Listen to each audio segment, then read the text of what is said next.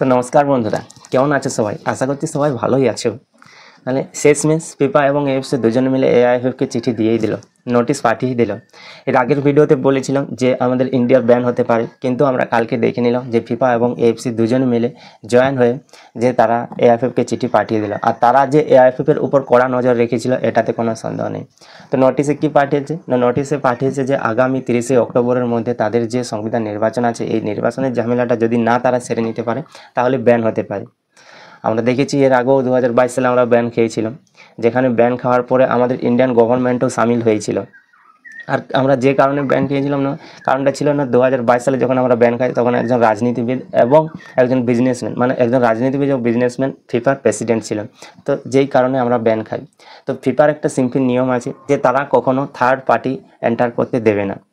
ফুটবলে তারা কখনো থার্ড পার্টি এন্টার করতে দেবে না। অনেক দেশ ব্যান হয়েছে, কুয়েত ব্যান হয়েছে, পাকিস্তান ব্যান হয়েছে, আবার আদার্স অনেক দেশই আছে ব্যান হয়েছে, আমাদের ইন্ডিয়াও ব্যান হয়েছে। তো তারপরে ঠিক করে যে একজন ফুটবলারকে যদি প্রেসিডেন্ট বানানো হয় তাহলে হয়তো আমাদের ইন্ডিয়ান ফুটবল গ্রো করবে। তো একজন ইন্ডিয়ান ফুটবলকে বানানো হয় যে, কিন্তু তার আন্ডারে আমরা ইন্ডিয়ান ফুটবল গ্রো করার আগে তার আন্ডারে ইন্ডিয়ান ফুটবল ডাউন হচ্ছে। তো একজন ইন্ডিয়ান ফুটবলারকে যে প্রেসিডেন্ট বানালে গ্রো হবে এটা না। ফুটবলের প্রতি যার ভালোবাসা আছে তাকে যদি প্রেসিডেন্ট বানানো হয় তাহলেই ফুটবল গ্রো করা সম্ভব। কিন্তু ইন্ডিয়ান ফুটবলে আমরা কি দেখছি? উন্নতির জায়গায় আমরা অবনতি দেখছি। কল্যাণ চৌবের আন্ডারে উন্নতির জায়গায় আমরা অবনতি দেখছি, তার আন্ডারে পুরো ডাউনফল হচ্ছে আমাদের ইন্ডিয়ান ফুটবল। তো এই কারণে একটা নির্বাচনের জন্য এআইএফএফকে জানানো হয়, কিন্তু সেই নির্বাচনটা হয়নি। আর কল্যাণ চৌবে চাইছিল যে যাই হোক করে সে তার যে 4 বছরের টার্ম আছে সেই টার্মটা পূরণ করতে, এই জন্য সে সুপ্রিম কোর্টে যাচ্ছে। সুপ্রিম কোর্টে মামলা কোর্ট কেস কাছারি করে সে যাই হোক করে 4 বছর চালিয়ে দিতে চাইছিল। কারণ 4 বছর যদি সে না চালাতে পারে তাহলে সে কখনোই আর ভোটে দাঁড়াতে পারবে না। তো সে চাইছিল যে যাই হোক করে সে এই 4 বছর কাটিয়ে দিতে, কিন্তু না, ফিফা সোজাসুজি জানিয়ে দিল যে আগামী 30শে অক্টোবরের মধ্যে তাদের যে নির্বাচন আছে, নির্বাচনের ঝামেলাটা আছে, সেই নির্বাচনের ঝামেলাটা সেরে নিতে হবে। যদি না সেরে নেয় তাহলে তারা ব্যান হতে পারে।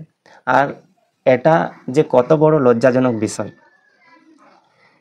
তুমি যদি ইন্ডিয়ান ফুটবলের ফ্যান্স হও তাহলেই তুমি বুঝতে পারবে। আর ইন্ডিয়ান ফুটবলের ফ্যান্স হলেই তুমি এই দুঃখটা তুমি অনুভব করতে পারবে যে ব্যান হওয়া মানে আমাদের ইন্ডিয়ান ফুটবলের আর কিছু থাকলো না, পুরোপুরি শেষ। মানে মোহনবাগান এবং গোয়া যে এসিএল খেলতে যাচ্ছে সে এসিএল খেলা হলো না, যা এএফসির যে ম্যাচগুলো আছে সেই এএফসি ম্যাচ খেলা হলো না, এবং যে ফিফা ওয়ার্ল্ড কাপ কোয়ালিফায়ার যে ম্যাচগুলো আছে সেই ম্যাচগুলো কোয়ালিফাই হবে না।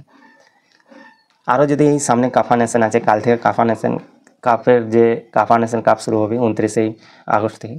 তো সেখানে যদি আমাদের ইন্ডিয়ান ফুটবল ভালো না করতে পারে, এখন ইন্ডিয়ান ফুটবলের র্যাঙ্ক আছে 130, তো সেখান থেকে 155 পৌঁছে যাবে। তো আশা করব যে কাফা নেশন কাপে আমাদের ইন্ডিয়ান ফুটবল ভালো করুক। আর এটাও এআইএফএফের কাছে আশা রাখবো যে আগামী 30শে অক্টোবরের মধ্যে যেন তারা তাদের যে নির্বাচন আছে সেই নির্বাচনটা সেরে নেয়, যাতে আমরা ফিফা ব্যান হওয়ার হাত থেকে বাঁচতে পারি। কারণ ফিফা ব্যান হলে এর থেকে লজ্জার বিষয় আর কিছু না, আর আমাদের ইন্ডিয়ান ফুটবলে আর কিছু থাকবে না। তো এটাই আশা করব যে তারা যেন 30শে অক্টোবরের মধ্যে সেরে নেয়। আর কালকে অবশ্যই কাফা নেশন কাপের দিকে চোখ রাখবো আমরা, যে ভালো করছে না কি করছে না।